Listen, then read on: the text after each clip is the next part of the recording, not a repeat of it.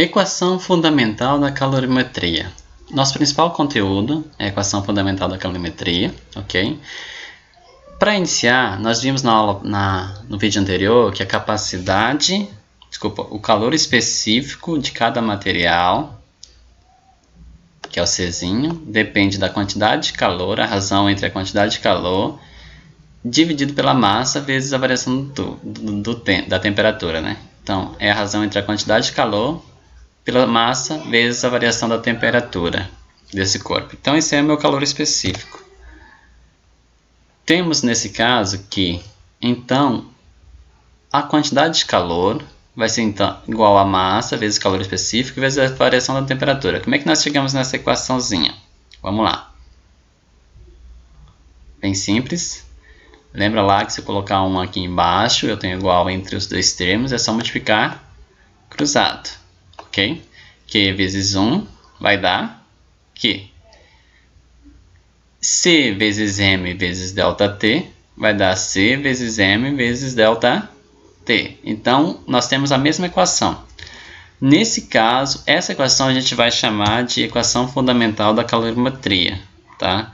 Ela diz que a quantidade de calor sensível, que é o QS, não preciso colocar o S, mas só para a gente lembrar aqui, a quantidade de calor sensível, QS, é dado pela massa do corpo vezes o calor específico desse corpo vezes a variação da temperatura.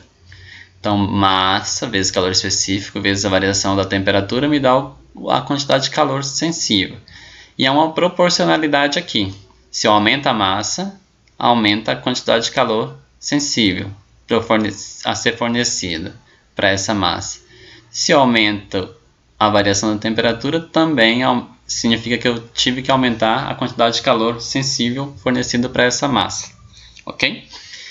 Então, nós temos aí uma proporcionalidade entre esses dois termos. E essa proporcionalidade faz com que a massa do corpo, quanto maior a massa do corpo, maior a quantidade de calor necessária para variar a sua temperatura. Lembra lá que a gente falou que para mudar a temperatura de um corpo, de 1 grama de um corpo, é necessário uma quantidade de calor. Se eu aumento a massa desse corpo, eu vou precisar do dobro da quantidade de calor, ok?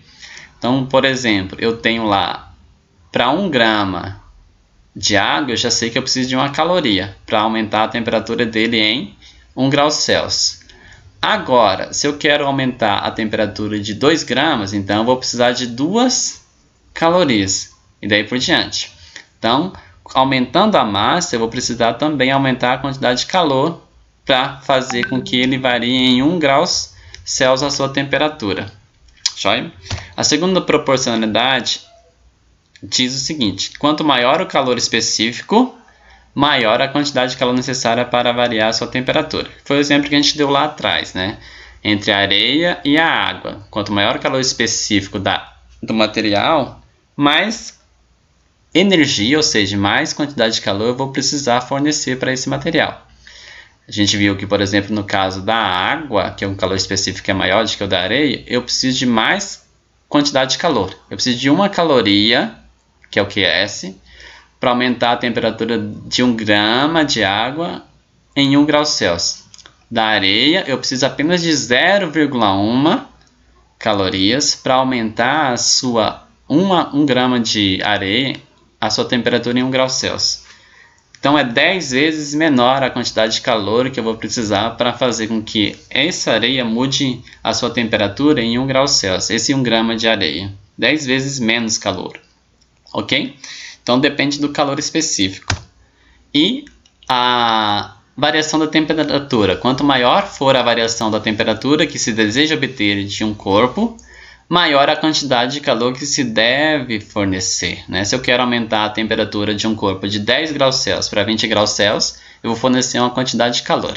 Se eu quero aumentar de 10 para 30, eu vou ter que dobrar essa quantidade de calor para que ele consiga ocorrer essa variação de temperatura em 20 graus Celsius, ok? Eu dobrei a temperatura, então vou ter que dobrar a quantidade de calor para que isso ocorra.